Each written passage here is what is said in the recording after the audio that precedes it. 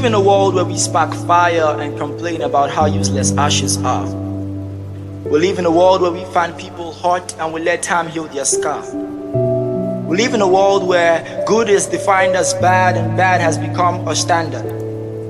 This is a story of a girl who was sexually abused, brutally beaten, left in pans of blood and bruised. Another story of do not touch me else I'll scream. Another keep shut, there's no one around the sin. This is like one problem the government has failed to stand up to. Or maybe on some occasion they get to sue a few, but I don't think we actually have a clue on how these cases go by. So that night he sneaked into her room, drunk and high, as he intensively caressed her thigh. I sincerely think you know the rest. She was ravished, and in the twinkle of an eye, the pride she kept so dearly had vanished.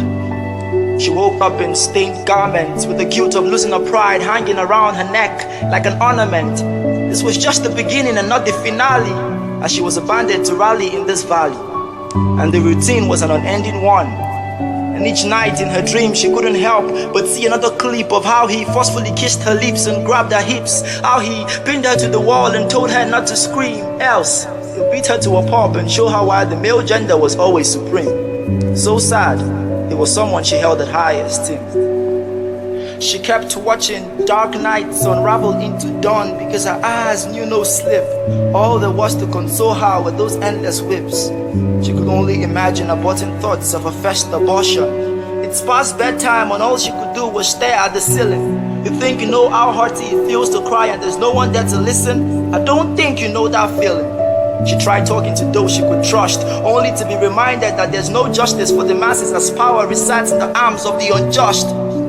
For many years she tried to bottle in, and each day that went by, the thoughts that she was unclean was one knot she couldn't untie.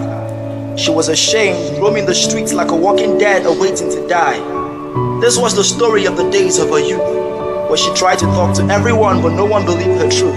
Mom and dad said she had no proof. How many more stories are we going to gather from the ghetto, where young girls get raped and their loud voices get no echo? Their cries get no justice because the dogma in our system just is as stereotyped as our selfish practices. So please be a voice for these imprisoned voices, because until we realize that life is beyond the sin, maybe then we can get rid of the sin.